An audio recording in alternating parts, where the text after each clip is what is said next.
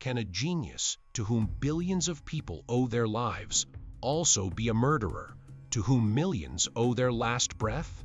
Some minds are born to save the world, others to destroy it. But today, we will talk about one of the most contradictory and dark geniuses in history, who embodied both opposites in a single body: Fritz Haber. He was a giant who pushed the boundaries of modern chemistry, solved one of nature's greatest secrets, and achieved the impossible. However, this godlike power he attained dragged both the world and his own soul into an irreversible destruction. Today on The Cost of Genius, we will witness the heavy story of a man who made bread from the air, but stained that bread with blood through toxic gases. A story where conscience and science are inextricably intertwined.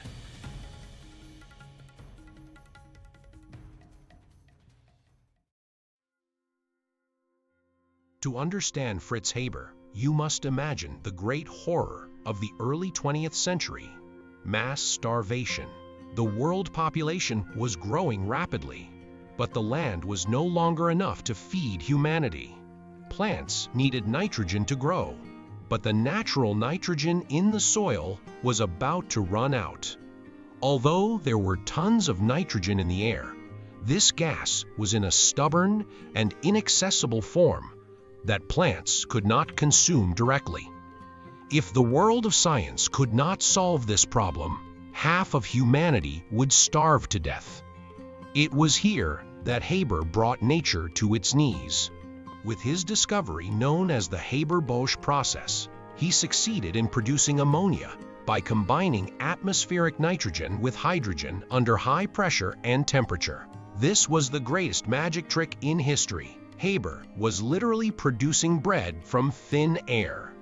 Thanks to the synthetic fertilizers he created, agricultural production exploded so significantly that today, more than half of the world's population, billions of people, survive only because of this discovery. If there is food on your table today, half of the atoms within it have passed through Haber's laboratory. However, Haber's genius was poisoned by a desire to destroy as much as it was by the power to create life. When World War I broke out, that great architect of life underwent a dark transformation. This time, he used his expertise in nitrogen not to make fields green, but to turn battlefields into hell. He did not only accelerate the production of gunpowder and explosives, he became the father of modern chemical warfare. In his laboratory, Haber developed chlorine gas, which could choke a human to death in seconds. In 1915, at the Ypres front, Haber was personally there as a yellow-green cloud of mist drifted from German positions toward French soldiers. That day, thousands of soldiers died, their lungs burning as they suffocated. For Haber, this was a victory. According to him, science belonged to the world in times of peace, but to one's country in times of war. Yet, this dark loyalty was only the beginning of the heavy prices he would pay. The price Haber paid began first within his own home, with those closest to him. His wife, Clara Immerwahr, who was also a successful chemist, could never stomach her husband's transformation into this death machine, or his turning science into a tool for massacre. On the night of a party given to celebrate her husband's successes, Clara took her husband's service pistol and committed suicide by shooting herself in the heart in the garden. Haber left his wife's lifeless body at home the next morning and went to the front to command new gas attacks. For him, genius was far above human emotions. However, the tragedy did not end there. When he received the Nobel Prize in Chemistry in 1918, the world looked at him as both a hero and a war criminal. The prize he won was not enough to wash the blood from his hands. The most ironic and painful price touched his own blood years later. When Nazism rose in Germany in the 1930s, the fatherland to which Haber had dedicated his life turned its back on him. Because of his Jewish roots, he was humiliated and exiled like a traitor.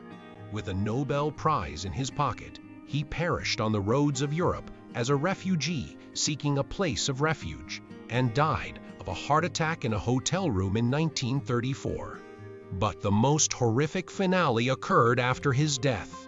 The chemical formulas Haber had developed to produce pesticides were further developed by the Nazis into Zyklon B gas.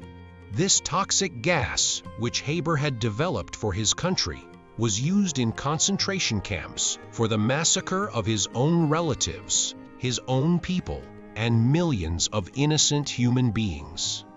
The intelligence of the man who saved the world from hunger had ultimately turned into a weapon of mass destruction that wiped out his own lineage. Fritz Haber taught us this. Knowledge, in itself, is neither good nor evil. What turns it into a spring of paradise or a well of hell is the human heart. He showed the whole world how a saint who feeds billions and a killer who poisons millions can reside in the same body, within the same intellect. He paid the price of his genius by losing everything and becoming the most tragic victim of his own inventions. In this episode of The Cost of Genius, you watch the story of a man whose hands touched both ears of wheat and chlorine gas. If you are interested in such ethical and jarring contradictions, do not forget to subscribe to the channel and like the video. We will meet again in the next episode on the sharp and dangerous boundaries of truth, where another soul has vanished. Goodbye.